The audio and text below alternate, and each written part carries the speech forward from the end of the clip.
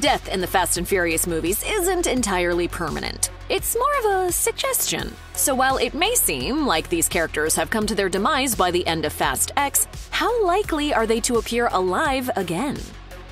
Out of all the characters who meet grisly fates at the end of Fast X, John Cena's Jakob Toretto seems the most likely to actually stay dead. For starters, he's a relatively recent addition to the franchise, having only debuted in F9. That makes him a bit more expendable, even though he is a Toretto. Jakob's whole arc in Fast X seems to set him up for the noble sacrifice he makes at the end. His uncle-nephew road trip with little Brian is the most grounded and emotionally resonant storyline in the movie. After seeing Jakob mostly as a vindictive killer in F9, he gets to show his lighter, goofier side. He does a commendable job keeping Brian's spirits up during terrifying circumstances, and he keeps his promise to his brother Dom by protecting him at all costs. A sacrifice from Jakob would make his whole character a bit easier to swallow. While he does come back around to the side of good by the end of F9, he never really redeems himself for the many violent and evil things he's done. Killing him off in a heroic way makes it easier for the series to grapple with that conundrum by simply ignoring it. So while explosions have rarely been fatal in the Fast and Furious movies, Jakob's bomb car maneuver seems like it may indeed be the last we see of him. Right before the end of Fast X, the vengeful Dante Reyes has agency head Ames shoot down the plane that's carrying Han, Tej, Ramsey, and Roman. It's a stunning twist after Ames initially appears to ally himself with Dom. Ames blasts one of the plane's engines with a missile launcher, sending it spiraling around the side of a mountain. There's a giant explosion, but there's no shot of the interior as the plane goes down. So what are the odds that any of these characters are actually dead? Well, at the very least, Sung Kang's Han is probably safe. The franchise already spent like 5 movies killing him, retconning who killed him and then bringing him back from the dead. Taking him out now, off-screen, seems highly unlikely after all the work put in to resurrect him. So I got my postcard, huh? Plus, Fast X ends with Gal Gadot's Giselle Yashar, the love of Han's life, coming back from the grave herself. There's almost no way the films would kill him off before he has a chance to reunite with her. But since he is on the plane, we technically don't know whether he makes it or not. Also on the plane that Ames shoots down at the end of Fast X is Roman Pearce, played by Tyrese Gibson, the de facto funny man of the Toretto crew since his debut in Too Fast, Too Furious. Roman's Fast X arc is all about leadership as he struggles to assert himself as more than just a comic relief character. He and Tej have a nice little moment of brotherly love on the plane before they enter the fray, and that's basically the last we see of either of them. So is Roman dead? Probably not. If Vin Diesel and the writers wanted to kill somebody on the plane, it probably wouldn't be the class clown. That's just too sad. Roman is far from the most essential member of the gang, but he's been part of the franchise since the second movie, and he's way too beloved to kill off so unceremoniously. Plus, he's gotten out of worse scrapes. How in the hell are you not dead?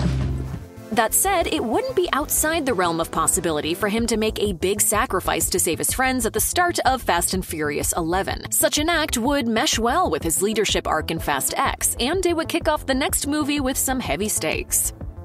Tej, played by Ludacris, is also on the plane when Ames sends it hurtling into a mountain. But is he dead? Like Roman, the answer is probably no. While killing off characters to raise the stakes is natural at the end of a long franchise, killing either half of the classic Fast and Furious comedy duo would be just too tragic. In fact, it seems more likely that Tej would be the one to save himself and the others by figuring out some high-tech way to escape the explosion. Given that Ramsey is there with him too, there's a good chance they could figure something out. For now, though, Tej's fate remains unclear. Like Roman, he's been a part of the franchise since his debut in Too Fast, Too Furious, and it's hard to imagine the movies without him at this point. Last but least on the doomed plane is Ramsey. From one angle, she could be seen as the most expendable of the foursome because she's been a Fast and Furious team member for the least amount of time. Ramsey first pops up in Furious 7 as the creator of God's Eye, the all-seeing computer program that can hack into any camera on Earth. God's Eye plays a pretty major role in the plot of Fast X, and Ramsey even gets to show a bit of remorse for how her invention is being used. So is she dead? Like the others on the plane, maybe, but probably not. Though she is the most recent addition to the series who's also part of the crash, she's too established to be relegated to an off-camera death, and the God's Eye is still a major part of the plot going forward. Plus, the whole franchise has also made a point in recent years of developing its female characters more thoroughly and balancing genders in the cast. Letty and Giselle came back from the dead, Mia returned in F9, and Fast X even introduces Daniela Melchior's Isabel, sister of the late Elena Neves. That doesn't mean that the series still couldn't kill a woman like Ramsey, but her death doesn't seem like the kind that would really play well. One of the early casualties in Fast X is Luis de Silva's Diogo, a Rio-based street racer who befriended Dom back in Fast 5. When Dom returns to Rio looking for Dante Reyes, Diogo is there to help him out. Sadly, Diogo appears to die at Dante's hands during their ensuing street race. The villain attaches bombs to the bottoms of both Diogo and Isabel's cars, and he detonates them both. Diogo's car goes up in flames first, and he seems to die instantly, as Dom doesn't stop to help him out as he does with Isabel. The question remains, though, if Isabel survived her explosion, why couldn't Diogo have as well? There's no real narrative reason to bring Diogo back in the next movie, as returning to Rio in back-to-back entries feels a bit much, but also explosions rarely ever kill anyone in Fast and Furious. Mr. Nobody doesn't show up at all in Fast X. That's probably because, as of F9, he's likely dead, but his shadow looms large. It's a big entrance for a nobody. The former head of the secret international organization known simply as the Agency, Mr. Nobody was supposedly killed at the beginning of F9 when his plane was attacked by Jakob Toretto. In Fast X, his absence is felt severely when Ames takes over the Agency and decides to go after Dom and the crew. It's later revealed that Ames has been in cahoots with Dante Reyes for a decade, though the exact nature of their association has yet to be revealed. Fast X also introduces Mr. Nobody's daughter, Tess, who sides with Dom and fights against the Agency from the inside. You'd think that if Mr. Nobody truly were still alive, he'd come back to stop all the chaos happening at his old job. However, there's one line in Fast X that suggests he might just be in hiding. While meeting with Dom in Naples, Tess refers to her father as missing, with a curious pause before saying the word. Does she know something we don't? Could Kurt Russell return before the Fast saga is over? It seems more than likely. While he might have been the big bad of Fast 6, the lesser Shaw brother hasn't played a big role in the franchise over the last handful of installments. The injuries he suffers while fighting Dom and his family spur his older brother Deckard to seek revenge by killing Han, though that obviously wasn't quite how it went down. Owen pops up again in Fate of the Furious, this time as an ally to Dom when he and his brother rescue little Brian from Cypher's plane. Once the Fast and Furious spin-off Hobbs and Shaw rolls around, we get this confusing little moment. Force me to kill my own brother! But if her son really is dead, Queenie doesn't seem to know, since she tells Dom in F9. Are you looking for one of my sons? Not tonight. So is Owen dead? Probably not. The most likely explanation is that Deckard faked his brother's death to culminate in a triumphant reveal in a future Fast movie. Also possible is that the relative lack of interest in future Hobbs and Shaw movies means that the spin-off film is non-canonical and will simply be ignored going forward. Either way, with Deckard speeding off to save his mother by the end of Fast X, Owen's ambiguous fate may be cleared up in the next film.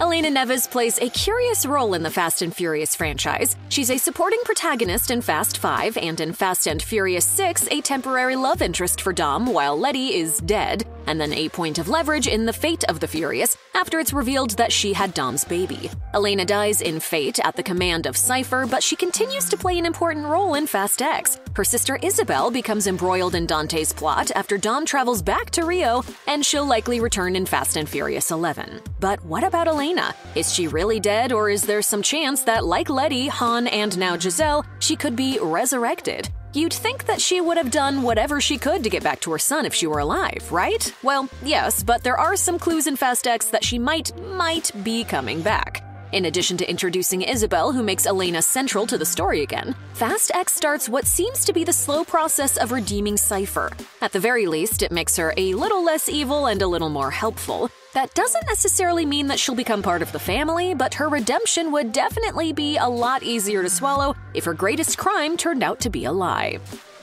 Okay, this one is a bit of a stretch. Hernan Reyes gets shot in the head by Luke Hobbs at the end of Fast 5. Not only is it a visible, palpable kill, but it's the entire setup for Dante's vendetta against Dom and the crew. There should be no doubt as to whether or not Hernan is still alive, but this is Fast and Furious, where no death should ever be believed 100%. Let's say, just for the sake of argument, that Hernan is still alive. It could actually fit quite nicely with what Dante does in Fast X. We know that he's a trickster. He shows it numerous times throughout the movie, including at the end when it's revealed that Ames has been working for him the whole time. What if his revenge quest is actually a ruse for what's really happening? Do you like surprises? I adore them. In the Fast 5 flashback sequence that kicks off the film, Hernan tells Dante that he has a plan to make their family richer and more powerful than ever. Apparently, Ames has something to do with that scheme, though we don't yet know how. Why would Dante wait a full decade to track Dom and Hobbs down? Maybe it's because his father is still alive and they were scheming in the shadows until the right moment presented itself. Hernan Reyes is almost surely dead, but actor Joaquim de Almeida came back for Fast X, so what's to stop him from returning again in the next film? Never accept death. Jesse died in 2001. He was shot to death by Johnny Tran and Lance Nguyen all the way back in The Fast and the Furious, right in front of the Toretto house, or at least that's what they want you to think. If the core Fast and Furious saga is truly ending, what better way to tie everything together than bringing Jesse back? He's the first major character to die in the series, which makes him more deserving than anyone of the now famous Fast Resurrection treatment. He could even be the one to save Dom and Little B from the dam, or Roman, Ramsey, and the others on the plane. Ridiculous? Sure, but in this franchise, it's not outside the realm of possibility. Just imagine Jesse, the original computer genius before Tej or Ramsey ever entered the picture, working on God's Eye modifications, or space cars, or hacking into the agency's mainframe. Picture him in the climax of the next movie still driving his beat-up Volkswagen Jetta. Wishful thinking? Surely. But again, completely feasible given what this franchise has done in the past. It just brought Giselle back, the latest in a long string of returns that includes Han and Letty. Jesse could be the next link in that death-defying chain. What a joy it would be for fans who followed the movies since the first one to see him ride back into action after 24 years away.